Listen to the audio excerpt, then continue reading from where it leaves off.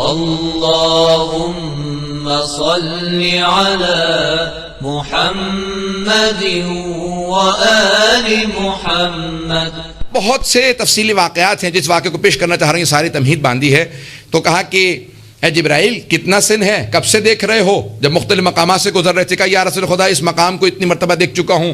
ایک مقام پہ پیغمبر نے کہا رک جاؤ، یہ ایک اور فرشتہ ہے، میں اس سے بات کرنا چاہتا ہوں. کہا یا رسول خدا یہ ایک فرشتہ ہے، کہ ایک مخلوق ایسا فرشتہ تھا کہ اس کے کئی ہاتھ تھے. آگے بڑھے، کہا کیا کام کرتے ہو؟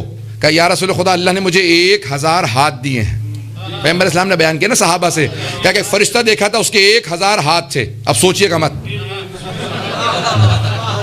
ہمارے رب کی سمجھ سے بالا تر ہے. تو کب 1000 ہاتھ، ہمارے تو 2 ہاتھ ہے، کہ 1000 ہاتھ، ہر ہاتھ میں 1000 انگلیاں، 1 ملین انگلیاں ہو گئی ہیں، 10 لاکھ انگلیاں ہو گئی. 1000 ہاتھ، ہر ہاتھ میں 1000 انگلیاں.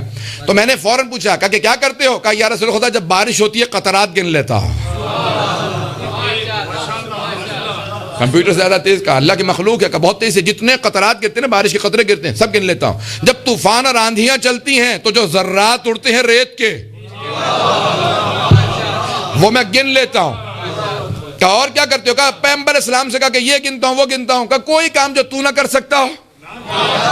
کہا یا رسول خدا جب آپ کی امت آپ پر اور آپ کی آل پہ درود بھیجتی ہے اس کا ثواب نہیں گن سکتا.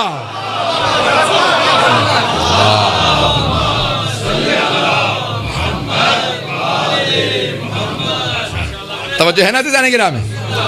تو ایک مرتبہ اس فرشتے نے کہا یا رسول اللہ جب آپ کی امت آپ پر اور آپ کی آل پہ درود و سلام بھیجتی ہے تو اس کا ثواب میں نہیں گن پاتا، کہ اللہ نے اتنا زیادہ ثواب رکھا ہے کہ میرے حساب سے بالا تر ہے. پتہ نہیں توجہ ہے یا نہیں ہے. اب سوچئے کہ جناب ختنی مرتبت کا مقام کیا ہے، کہ اللہ نے ان پہ درود کا ثواب کیا رکھا ہے.